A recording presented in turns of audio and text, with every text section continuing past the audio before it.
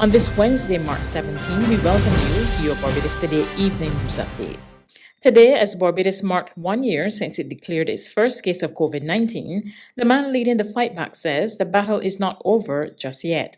Health Minister Lieutenant Colonel Jeffrey Bostic is, however, seeing positive signs as cases continue to decline. He was speaking to reporters as he toured a number of facilities at the center of the COVID-19 fight. I still maintain that our entry protocols were solid, and they were so for several months. The area that we need to tighten up on is protocols in relation to visitors and hotels and quarantine, and we've been able to do so, one, through technology, by providing additional manpower for monitoring, and we have a better monitoring system and a monitoring unit now that is able to help us in this regard. So that is one of the things that I would say is, if we could have done it differently, if we could do it differently now or improve, certainly yes. And the other thing, the shortage of supplies, we tried our best, really and truly, to secure those supplies, especially for the lab, at an early enough time, but obviously it was still not early enough. And that really cramped the operation. That pushed us back significantly.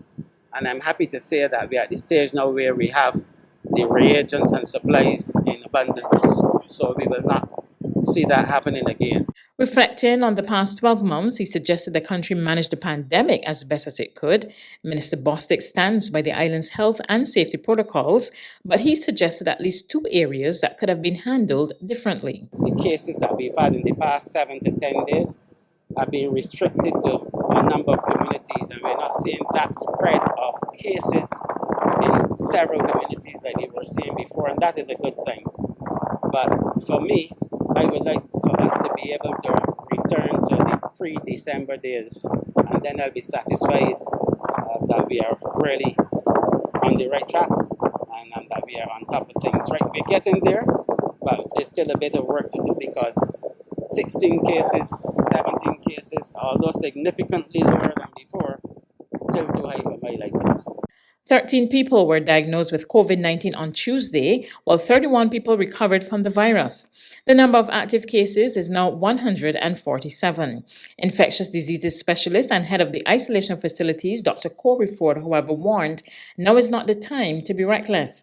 He expressed concern that a number of patients, including young people, were severely ill at Harrison Point and underscored the need for Barbadians not to relax their guard. As I was strolling around this morning, as I was driving coming here, I saw people in bunches walking. Good thing, but none of them were wearing masks.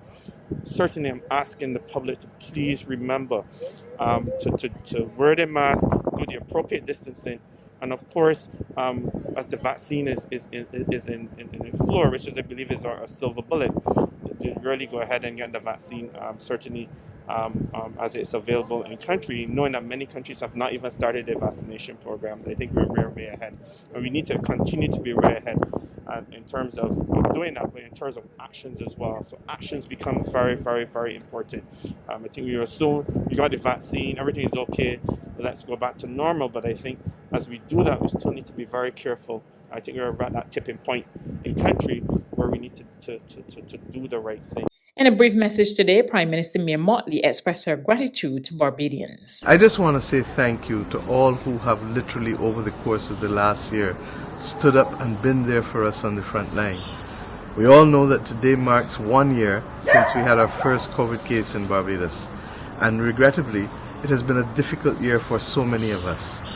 We've lost friends and family, but even as we continue to fight this battle, and I believe we are going to see us beginning to turn the corner, as I've said, but even as we do it, it is important that we pause and say thank you, because we all know that without you, we could not be where we are today.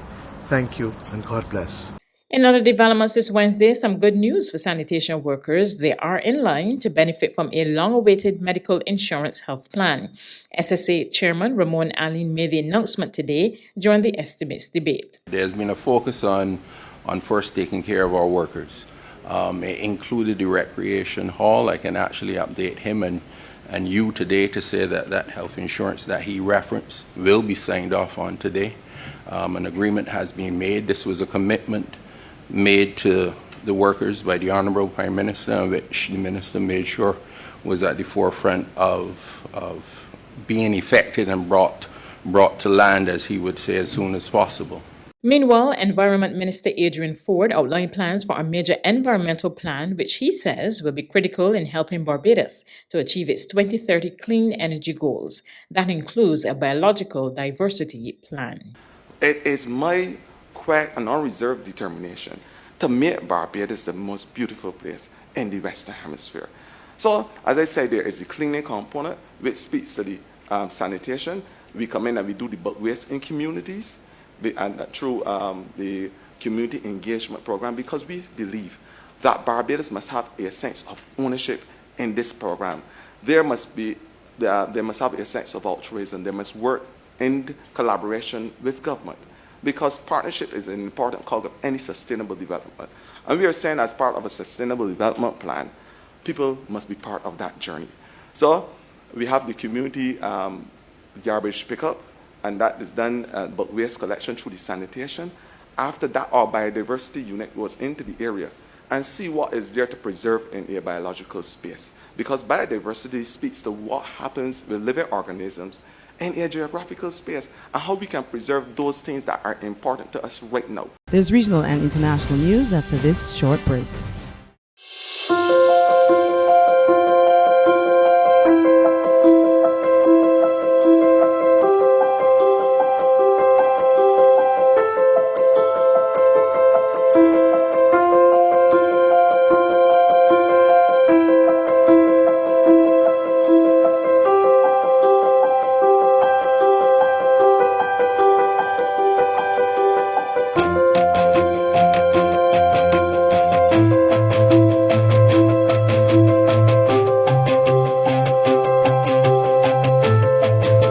Barbados Today, news you can trust.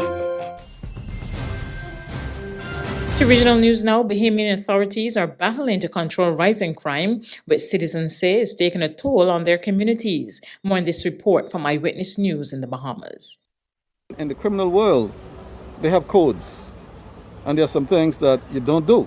Commissioner of Police Paul Roll expressing concerns that criminals are no longer honoring their own code. This days after Assistant Commissioner Solomon Cash said police suspect that a number of recent killings have been connected to an ongoing turf war in the South Central Division, inclusive of a shooting last week that claimed the life of a 10-year-old boy. It appears as if persons don't let things go, and they always hell-bent on retaliating.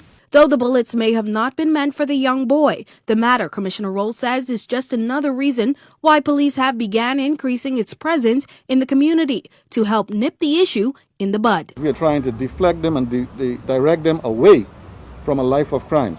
But for some, it just might be too late, at least according to Dr. Carlos Reed, who is a former gang affiliate and now pastor of the Hope Center. He says many people no longer trust the system and have become their own judge, jury, prosecutors, and in some cases, executioners.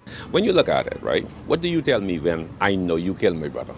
We got to start investing in prevention and intervention, or our prison continue to be overpopulated. On the international scene, on Wednesday, the European Commission proposed to create a digital green certificate to facilitate safe free movement inside the EU during the COVID-19 pandemic. A digital certificate that will once again allow free movement throughout the European Union. This is the Commission's latest proposal Wednesday, aimed at saving the summer season. The idea of the document is to prevent the need for restrictive measures when moving between EU countries, and if all goes to plan, it should be ready by June. The travel card that the Commission is proposing will come in digital and paper form, and will include information on three things: proof that a person has been vaccinated against COVID-19, results from any negative tests received, and whether someone has recovered in the past from the coronavirus. The so-called digital green certificate will also include a QR code to ensure the security and authenticity of the document. The next step will be for MEPs to go over the proposal, and after that, for national governments to approve it. But the Commission President says the EU's vaccination campaign must continue to pick up pace, despite the positive news of vaccine certificates. And she also had a warning for companies and countries that are limiting deliveries and exports, We want reliable deliveries of vaccines. We want to increase in the contracts. We want to see reciprocity and proportionality in exports. And we are ready to use whatever tool we need to deliver on that. That's news, but for the very latest, visit our website at www.barbadostoday.bb. You can also subscribe to our e-paper, email updates, or like us on Facebook, and sign up for our breaking news alerts via WhatsApp. We're also on Izumi Media and bus terminals, as well as Screenplay at supermarkets and gas stations near you. You can also hear us on Mix 96.9 FM and Capital Media HD 99.3 FM.